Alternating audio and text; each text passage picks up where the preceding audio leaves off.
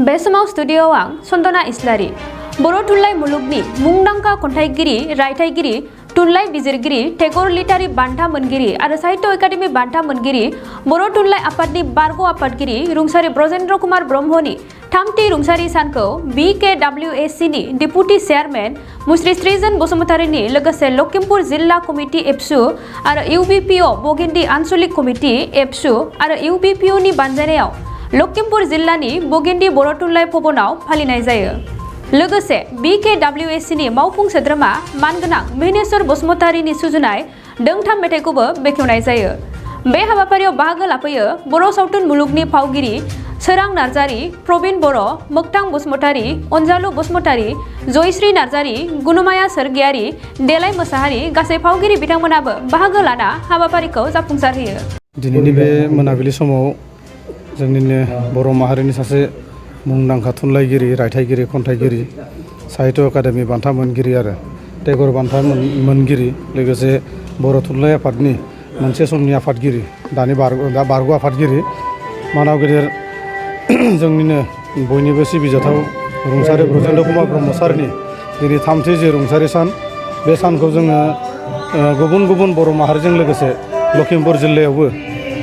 दुलाराय बर' फरायसा आफाद खौसेथि बर' सुबुं आफाद आरो बे जिल्लानि गोबांथार माहारियारि आफादफोरखौ ज' लाफानानै जों दिनै बिथांखौ जों गोसोखांदों। बिथांनि थामथि जि रुंसारि सान बे रुंसारि सानाव जों बिथांखौ गोसोखांनायजों लोगोसे बिथांनि जि आदर्श बिथांनि जि मावलांनाय बेफोरखौ जों गोसोखांदों आरो आसा खालामो बिथांनि जि मावलांनाय बिथांनि जि जोंनो जि फोरोंलांनाय बे फोरोंलांनायखौ जोङो दफे दफे जोङो सोलोंनानै समाजनि थाखाय हारिनि थाखाय जों मोजां हाबा मावलांनो हागोन दा बेखौ फोथायनाय दं आरो बेजों लोगोसे ब्रजेन्द्र कुमार ब्रह्म बिथांनिनो सासे फोथायजाथाव बिथां जोंनि बर' कसारि वेलफेयार अट'नमास काउन्सिलनि मानाव गेदेर चिफ महेनेश्वर बसुमतारी बिथांनि गावनि सुजुनाय जि मेथाइ बे मेथाइखौ जों बेखेवनो थाखाय जों दिनै बे हाबाफारिनि गेजेरजों आखायाव लादों आरो बे जि मेथाइ बेखेवनाय जि हाबाफारि बे मेथाइ बेखेवनाय हाबाफारिनिफ्रायनो जोंनि दिनैनि जि हाबाफारि बे हाबाफारिखौ जों फोजोबगोन आरो आसा खालामो जोंनि चिफ मानाव गेदेर महेनेश्वर बसुमतारी बिथांनि जि मेथाइ सुजुनाय बे मेथाइ सुजुनाया थांनाय समफोरनि जि मेथाइ बेखौ जोंनि बर' समाजफोरा गोबाङैनो बोजबनानै लादो बयबो खोनासंदो आरो दा जि मोनसे माखासे मेथाइफोर लिरगासिनो दङ बेयो खोब मोजां जादों मुंदांखा जागोन आरो मुंदांखा जादों आरो बेखौ जोंनि गासैबो बर' सुबुंफोरानो बोजबनानै लागोन बेखौ आसा खालामबाय गोजोन्थों। गिबियावनो नोंथांमोननि पर्टेल रादाबखौ फरायग्रोना लानाय जाबाय। बेजों लोगोसे जों दिनै हाबाफारिया रुंसारि ब्रजेन्द्र कुमार ब्रह्म सारनि रुंसारि सानखौ जोङो बर' कसारि वेलफेयार अट'नमास काउन्सिल डेपुटि चेयारमेनजों लोगोसे जोङो लखिमपुर जिल्ला दुलाराय बर' फरायसा आफाद खौसेथि बर' सुबुं आफाद आरो बगिनदि दख'रा दुलाराय बर' फरायसा आफाद आरो खौसेथि बर' सुबुं आफादनि बानजायनायाव जोङो ब्रजेन्द्र कुमार ब्रह्म सारनि थामथि रुंसारि सानखौ जों फालिनाय जादों आरो बेजों जोङो फोरमायनो नागिरदों जे जोंनि जेसेबां बर' गिदिर सुबुं दं बिथांमोनखौ जों फालिनांगोन आरो बिथांमोनखौ मान होनांगोन अब्लासो जोंनि बर' हारि दानायाव खामानि जागोन होनना जों सानो। जों जुदि गेदेमा सुबुं बिथांमोनखौ जों जुदि सिबिनो रोङा अब्ला जोंनि आफादनि जा खामानि मावनाय बेफोरो जों आद्रा जागोन होनना सानो।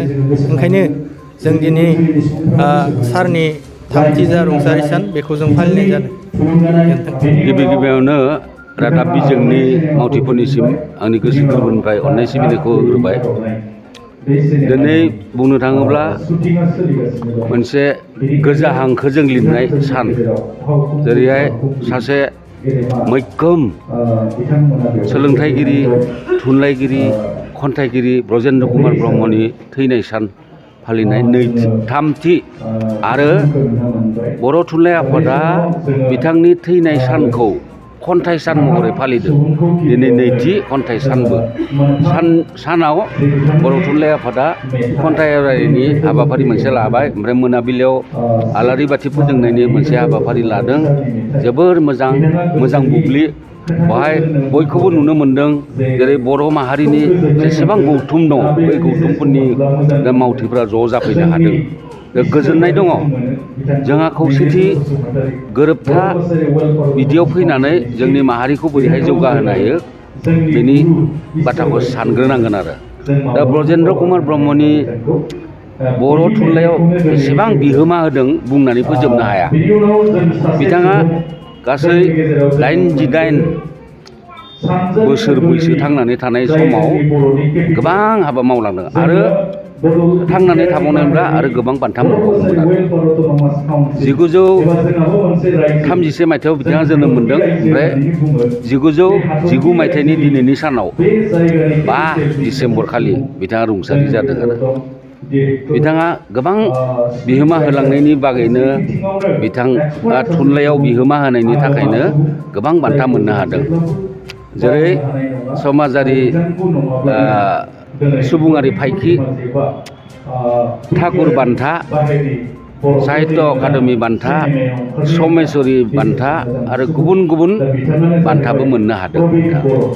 जोङो बेखौ गोसोआव लाखिनो हागोन गोसोआव लाखिनो नांगोन बिथां थुनलाइ सोरजिनानै रायथाइगिरि महरैबो लानो हायो बिथांनि नेरसोना जाबाय रायथाइमाला बेखौ लिरनानैनो बिथाङा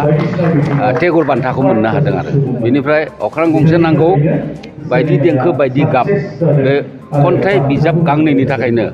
मोननै बान्थाखौ मोननो हादों प्रबन बरगयारि बान्था आरो साहित्य अकादेमि बान्था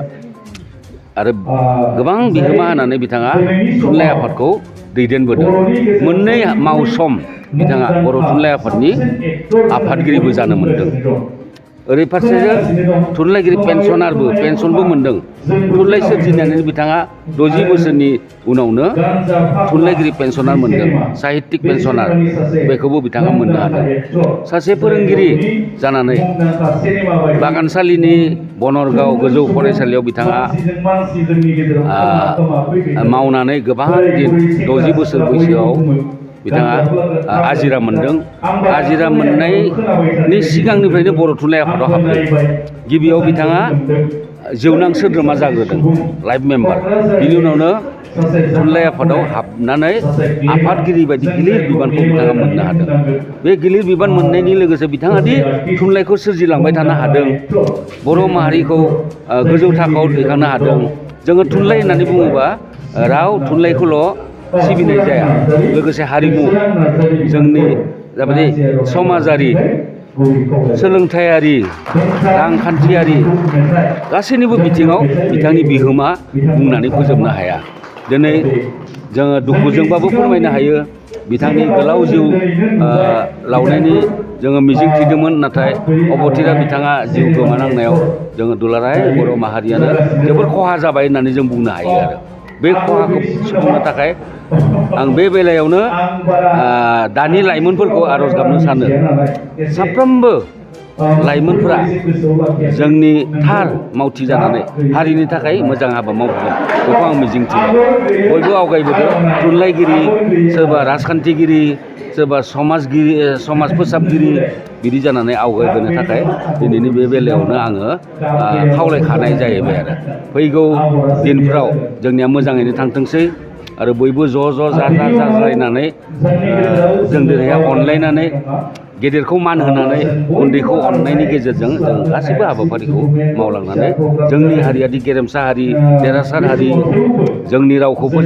फोजौनांगोन जोंनि हारिमुखौ फोजौनांगोन बे बुहुमाव देरहासार हारि महरै जोङो गावखौनो फसंनो हायोब्ला जोंनि थाखाय गोग्गानाय फैगोन आरो जै बर' माहारि जै जाथों जोंनि साननाय हनाया जै जाथों आरो बयखौबो बे फारियाव मदद होलायनानै हेफाजाब होलायनानै हाबा मावनो थाखाय सुबुरुन होनो थाखाय बयखौबो खावलायनाय जाबाय। खुलुमबाय जोबोर गोजोननाय मोन्दों आरो जोबोद मेहेरगोनां जादों जोंनि लखिमपुर जिल्लायाव दिनैनि बे खन्थाइमेल सानाव जोंहा गोबां खन्थाइगिरि बेवहाय नुजाथिफैदों आरो खन्थाइ आवरायदों आरो दिनै जोंहा गासैबो आफादफोरनिफ्राय दैदेनगिरि बिथांमोन फैदों दिनै UBPOनि दैदेननायाव आरो दिनै लखिमपुर जिल्ला दखरा फरायसा आफादनि दैदेननायाव लखिमपुर जिल्ला आइजो अनसाय आफाद आरो बिथांमोननि मावथि फारियाफोर नुजाथिनायाव आरो जोंनि फरायसा फरायसुलि नुजाथिनायाव दिनैनि बे हाबाफारिया जोबोर मेहेरगोनां जादों। बेनि गेजेरजों जोङो जोंनि राव थुनलाइ हारिमुखौ जोङो जौगाहोनो हागोन आरो जोङो हास्थायो बेबादि खन्थाइ सान फालिनानै आरो जाहाथे जोंनि राव हारिमुखौ जोङो जौगाहोनो हायो। मोनसे गोजोनथाव खौरां। गोजोननि नोगोर क'क्राझाराव थानाय बाजार इन्डिया आरो MRM हस्पिटाल साखाथियाव बड'लेण्ड थेरापिस्ट सेन्टाराव थुब्ला ब्रह्मआ गुबुन गुबुन रोखोमनि सानाय सुनाय गोनां सुबुंफोरनि थाखाय फाहामथाय होनाय जायो। जेरै जान्जि सानाय, हान्थु सानाय, गोदोना सानाय, आदै सानाय, आफादावदै सानाय, जानजि जरा सानाय, खर' सानाय, सिनस्रि जरा सानाय बैफोरबायदि सुबुंफोरनि सानायफोरखौ फाहामथाय होबोगासिनो दं। सोरबाफोर बे बेरामाव गोग्लैनाय सुबुंफोरा बे खाबुखौ लानो हागोन। गोबां मिन्थिनो थाखाय नैबे जानबुं नङाव फन खालाम 9974030738।